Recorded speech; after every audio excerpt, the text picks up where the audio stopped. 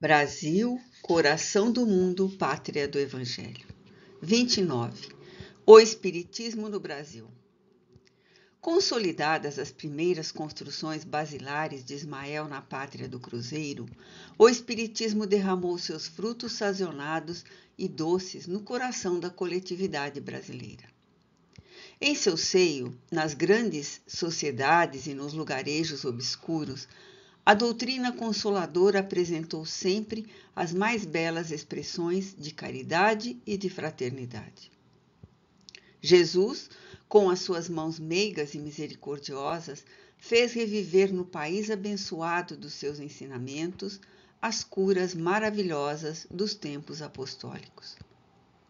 Abnegados médiuns curadores, desde os primórdios da organização da obra de Ismael nas terras do Brasil, espalharam como instrumentos da verdade as mais fartas colheitas de bênçãos do céu, iluminando todos os corações.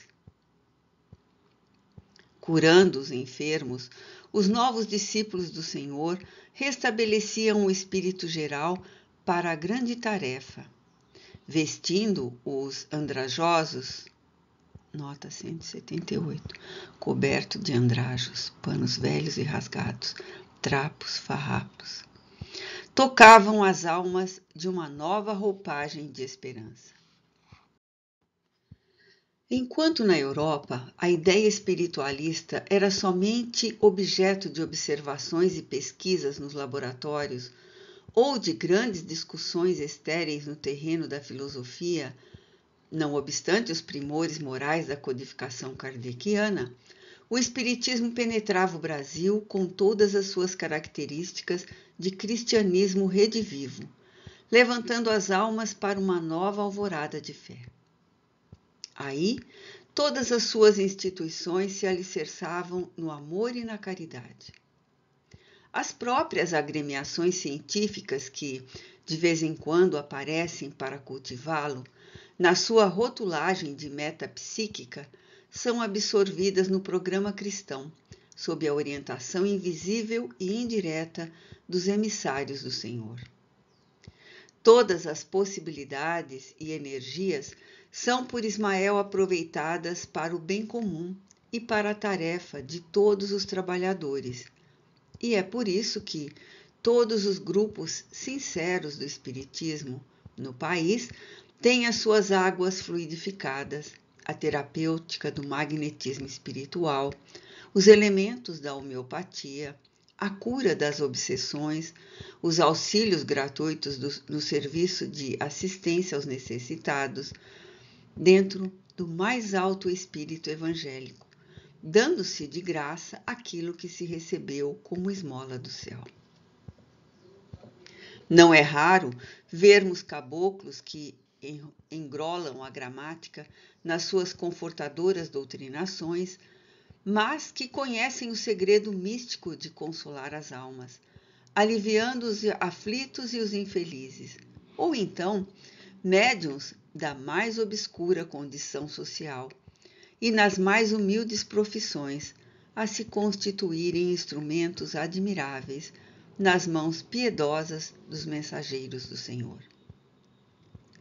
A Europa recebeu a nova revelação sem conseguir aclimatá-la no seu coração atormentado pelas necessidades mais duras. As próprias sessões mediúnicas são ali geralmente remuneradas, como se esses fenômenos se processassem tão somente pelas disposições estipuladas num contrato de representações.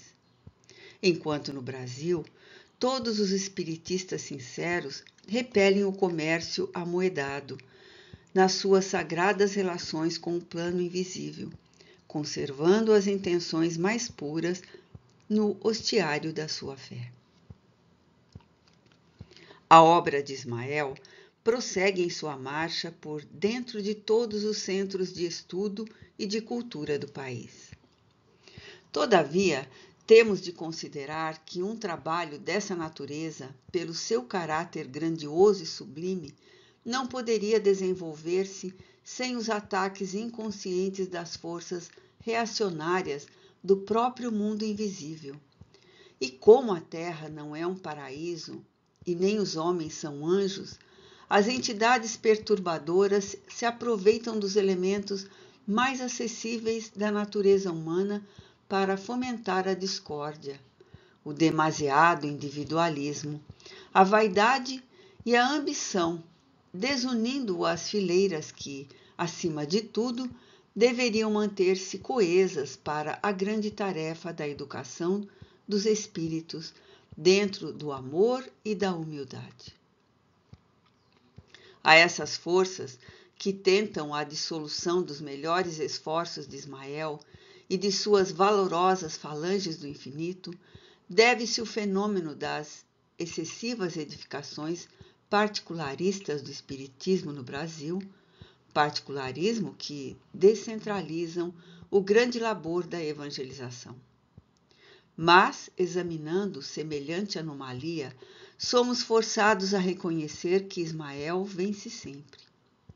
Construídas essas obras que se levantam com pronunciado sabor pessoal, o grande mensageiro do Divino Mestre as assinala imediatamente com o selo divino da caridade, que, de fato, é o estandarte maravilhoso a reunir todos os ambientes do Espiritismo no país, até que todas as forças da doutrina, pela experiência própria e pela educação, possam constituir uma frente única de espiritualidade, acima de todas as controvérsias. É para essa grande obra de unificação que todos os emissários cooperam no plano espiritual, objetivando a vitória de Ismael nos corações. E os discípulos encarnados bem poderiam atenuar o vigor das dissensões esterilizadoras para se unirem na tarefa impessoal e comum, apressando a marcha redentora.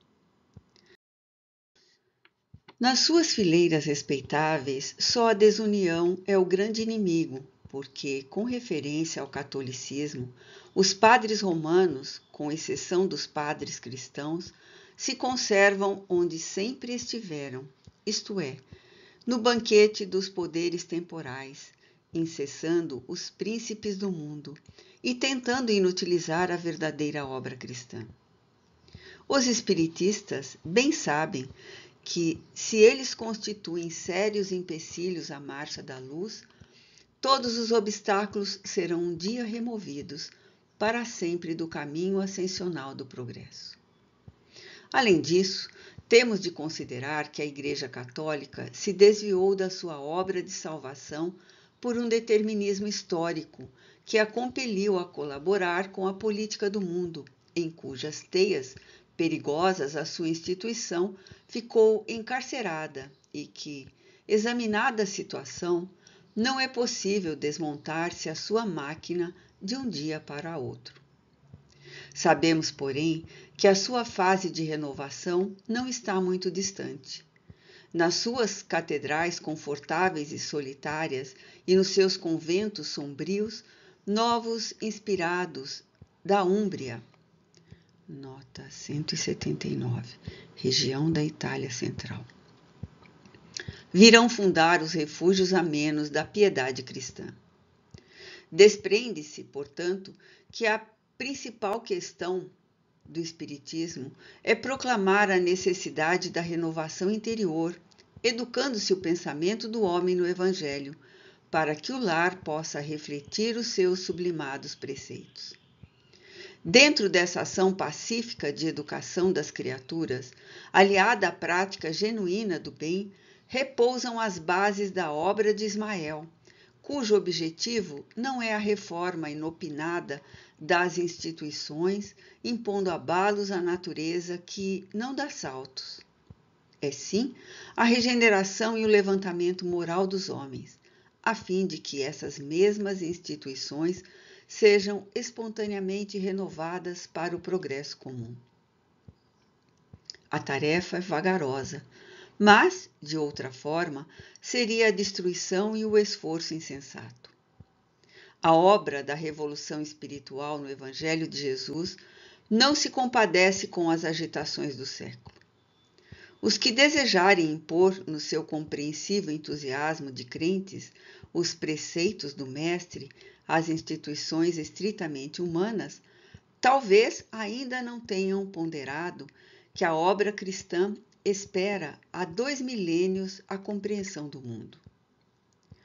Todos os que lutaram por ela de armas na mão e quantos pretenderam utilizar-se dos processos da força para a imposição dos seus ensinamentos no transcurso dos séculos, tarde reconheceram sua ilusão, redundando seus esforços no mais franco desvirtuamento das lições do Salvador, porque essas lições têm de começar no coração para conseguirem melhorar e regenerar o planeta.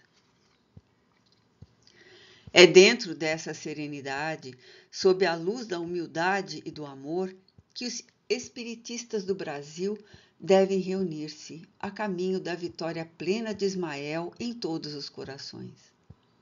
Está claro que a doutrina não poderá imitar as disciplinas e os compromissos rijos da instituição romana, porque, nas suas características liberais, o pensamento livre para o estudo e para o exame deve realizar uma das suas melhores conquistas, e nem é possível dispensar totalmente a discussão no labor de aclaramento geral. A liberdade não exclui a fraternidade, e a fraternidade sincera é o primeiro passo para a edificação comum. Dentro, pois, do Brasil, a grande obra de Ismael tem a sua função relevante no organismo social da pátria do Cruzeiro, vivificando a seara da educação espiritual.